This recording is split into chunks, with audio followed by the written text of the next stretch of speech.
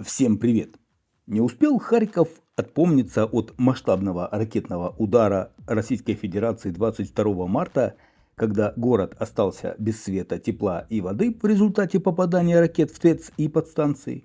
В среду 27 марта по Харькову вновь был нанесен ракетный удар, в результате которого один человек погиб, 19 ранено, среди них 4 детей.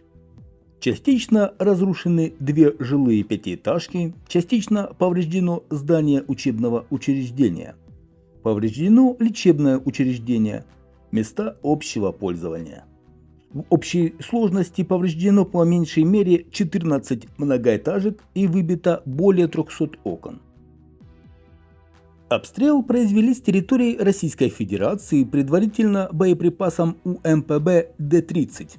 Он достаточно мощный, по силе взрыва средняя между ракетой и авиабомбой. Приблизительная дистанция, с которой мог быть запущен такой снаряд, это примерно 80-90 километров. В 15:50 27 марта прозвучали взрывы в Харькове.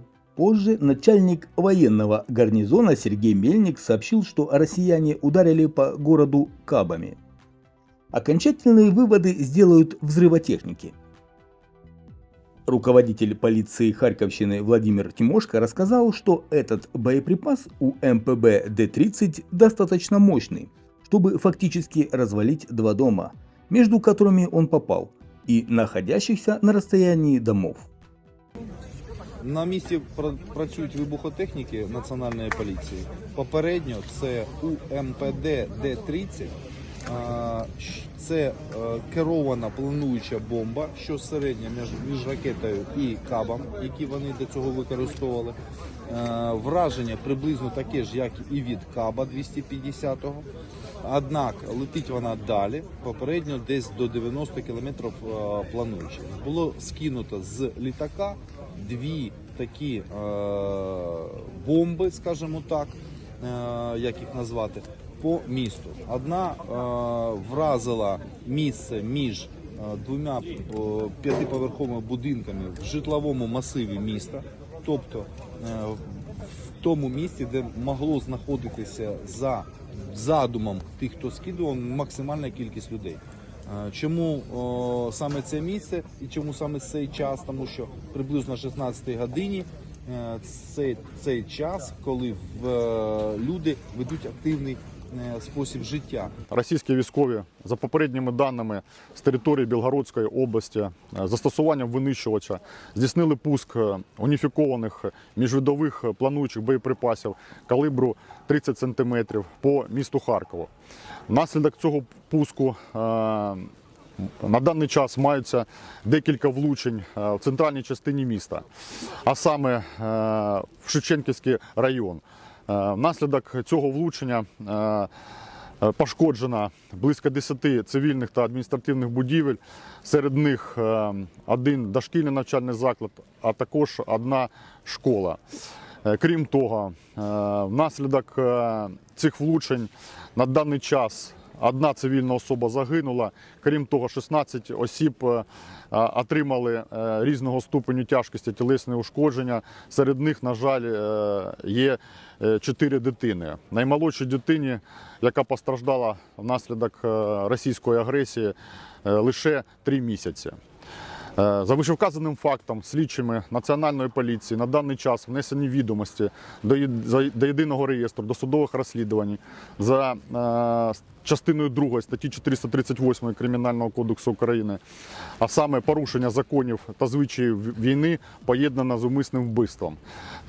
Прокурори Харківської обласної прокуратури у цьому кримінальному провадженні здійснюють процесуальне керівництво.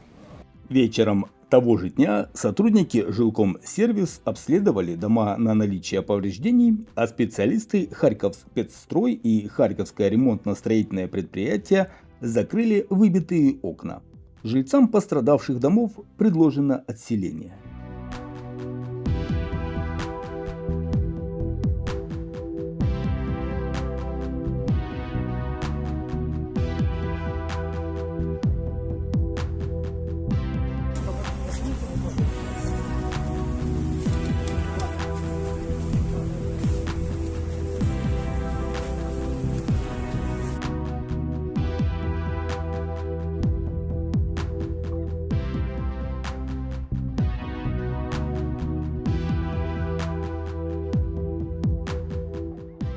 Ну а в ночь на 28 марта 2024 года Российская Федерация атаковала Харьков беспилотниками.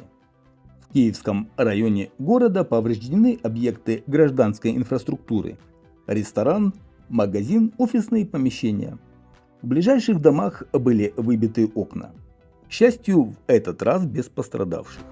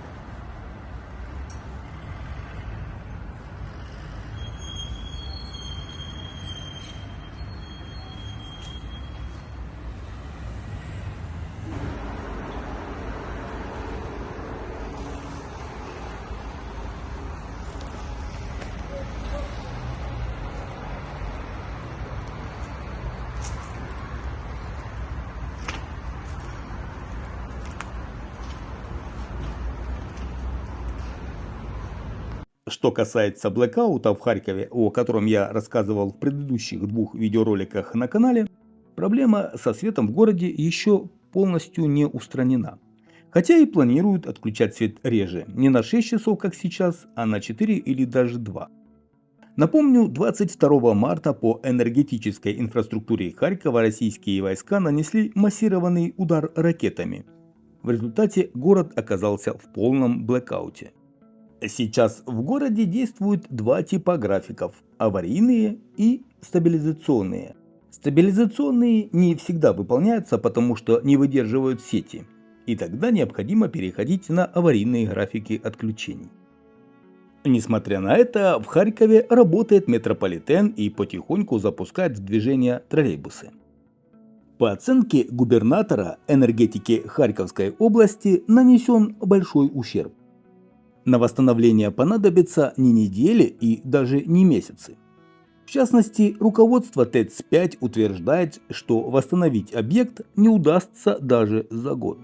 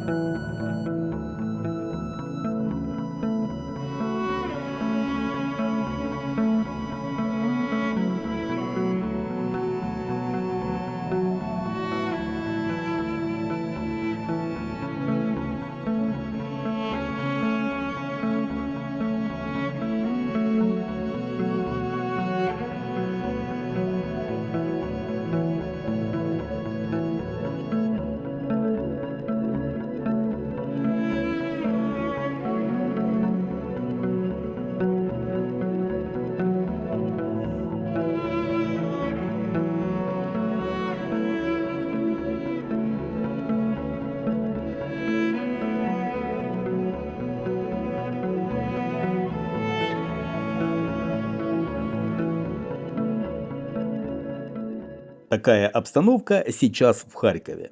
Мы будем и дальше на нашем канале освещать ситуацию в городе. Но не будем забывать и об исторических местах и достопримечательностях города и, разумеется, как и раньше, о них рассказывать. Благодарю всех за внимание. Подписывайтесь на канал Алекс Моторный. До новых встреч.